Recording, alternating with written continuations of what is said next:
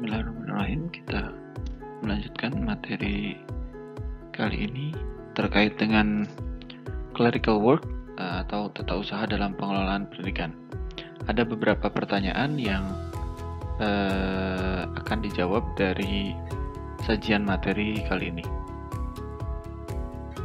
Kita mulai dari pertanyaan yang pertama.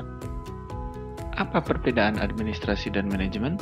Sebelum secara spesifik kita mendalami terkait dengan clerical work, perlu juga kita sampaikan terkait dengan apa perbedaan administrasi dan manajemen.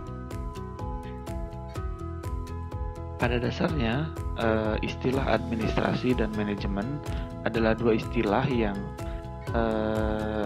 saling tumpang tindih.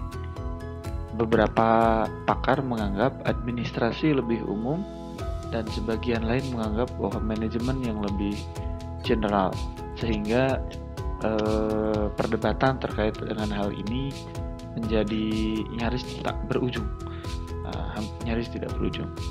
Jalan tengahnya adalah dengan menggunakan pemahaman bahwa kedua-duanya memang saling berhubungan. Salah satu pendapat yang utama memposisikan administrasi sebagai suatu hal yang lebih umum, namun manajemen secara umum administrasi memiliki inti kegiatan yaitu berupa manajemen. Nah, pemahaman ini merupakan pemahaman dari administrasi dalam arti yang luas, sehingga administrasi dapat diartikan sebagai bidang kajian yang lebih luas, dengan manajemen adalah salah satu di antaranya yang bahkan menjadi inti dari suatu administrasi. Namun dalam pengertian lain, bahwa di dalam manajemen juga terdapat administrasi yang sifatnya operasional. Nah, pemahaman bahwa manajemen lebih umum dibandingkan dengan administrasi dalam konteks operasional ini dipahami sebagai administrasi dalam arti sempit, sehingga pada dasarnya baik administrasi maupun manajemen adalah berada pada lingkup yang sama, pada area yang sama, hanya mana yang lebih general, mana yang lebih luas. Nah, ini kemudian yang sampai saat ini masih diperdebatkan. Namun terlepas dari itu, bahwa dalam konteks kita yang kita pelajari ini cenderung pada manajemen dan kemudian administrasi yang bersifat operasional.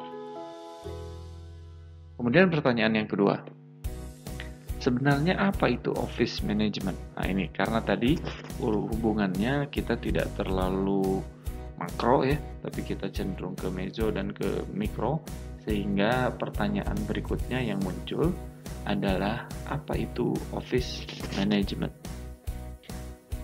Pemahaman yang pertama disampaikan oleh Arthur Greger bahwa office management adalah the function of administering communication and record service of an organization. Jadi office management adalah fungsi dari pengadministrasian komunikasi dan layanan catatan ya, record service dari suatu organisasi, sehingga pendapatnya Arthur Greger ini menyatakan bahwa office management adalah komunikasi administrasi yang difungsikan ya. Jadi fungsi dari organisasi dalam mengelola komunikasi dan juga melakukan pencatatan. Jadi itu office management. Ada juga pendapat dari William Leffingwell dan Edwin Robinson yang menyatakan bahwa adalah office management adalah cabang dari seni dan ilmu pengetahuan ilmu manajemen yang fokus pada bagaimana kinerja office ya, kinerja perkantoran itu menjadi efisien kapanpun dan dimanapun pekerjaan itu harus diselesaikan. Sehingga dari pernyataan ini dapat disimpulkan bahwa office management adalah suatu upaya efisiensi kinerja, suatu upaya untuk melakukan efisiensi kinerja. Baik, dari kedua pendapat tersebut kemudian kita dapat menyimpulkan bahwa manajemen perkantoran atau office management merupakan rangkaian aktivitas dalam merencanakan organisasi, mengorganisasi, mengarahkan, mengawasi, dan mengendalikan sampai menyelenggarakan secara tertib suatu hal demi kepentingan organisasi. Sehingga bagaimanapun kinerja organisasi dapat tetap berjalan. Berikutnya yang lebih operasional lagi terkait dengan tata usaha. Tata usaha merupakan pekerjaan operatif yang dilaksanakan untuk menunjang aktivitas manajemen atau pengelolaan di sebuah lembaga. Konteksnya langsung pada lembaga pendidikan agar tercapai tujuan secara efektif dan efisien. Sehingga tata usaha ini merupakan salah satu bidang yang cukup penting dalam office management. Dan office management juga merupakan suatu bidang yang cukup krusial dalam konteks pengelolaan pendidikan. Pertanyaan yang ketiga, apa hubungan pengelolaan pendidikan dengan tata usaha? Kita tadi sudah membedah secara terpisah di pertanyaan pertama dan pertanyaan kedua terkait dengan apa itu hubungannya administrasi dan manajemen. Juga apa sebetulnya itu office management dan secara khusus pada tata usaha.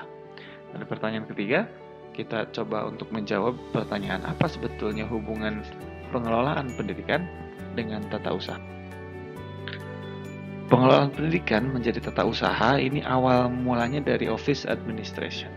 Tadi pengadministrasian perkantoran ya, yang sifatnya umum, kemudian menurun konsepnya menjadi office management. Jadi pengelolaan perkantoran. Kemudian turun lagi menjadi pekerjaan kantor perkantoran yang sangat banyak jenisnya. Dan salah satu di antaranya adalah clerical work atau terjemahannya bisa secara bebas adalah tata usaha. Sehingga hubungan antara office management dengan tata usaha atau pengelolaan pendidikan dalam konteks pengelolaan pendidikan dengan tata usaha adalah bahwa melalui tata usaha, melalui penjalanan tata usaha merupakan suatu upaya untuk menjalankan organisasi pendidikan agar dapat tetap berjalan, sehingga pendidikan dapat dikelola menjadi lebih teratur, sistematis, dan terarah. Kemudian ada pertanyaan keempat, apa saja objek tata usaha dalam konteks pengelolaan pendidikan? Nah, yang menjadi objek tata usaha dalam konteks pengelolaan pendidikan ada beberapa. Pertama, ada peserta didik, tentu ini menjadi salah satu yang harus ditata ya, terkait dengan datanya, informasi, dan lain sebagainya, adalah terkait peserta didik. Ya, ini salah satu objek tata usaha yang paling utama. Yang kedua adalah kepegawaian. Tentu selain kepada peserta didik juga ada personalia ya. Ada personalia yang harus ditata dan dikelola, baik itu guru, staf kependidikan, laporan, pustakawan, semua unsur personal ya yang ada di lingkungan sekolah tentunya atau di lingkungan pendidikan tentunya perlu mendapatkan penataan dan pengelolaan.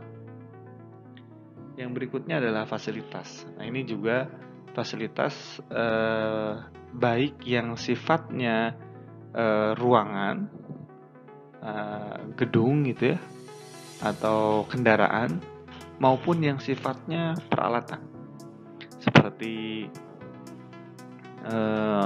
proyektor, kursi meja, papan tulis, dan lain sebagainya. Semuanya memerlukan penataan dan pengelolaan. Yang berikutnya adalah arsip atau catatan, sehingga tidak ada data yang hilang apapun itu terkait dengan seluruh informasi dari lembaga pendidikan atau organisasi pendidikan. Yang terakhir tentunya adalah keuangan. Ini karena tentunya tidak mungkin organisasi pendidikan tidak berjalan tanpa adanya bahan bakar ya. Hal ini material ya, sifat ini material. Sehingga ini adalah objek-objek tata usaha dalam pengelolaan pendidikan yang perlu menjadi pertimbangan bagaimana suatu organisasi atau lembaga pendidikan dapat dikelola dengan baik.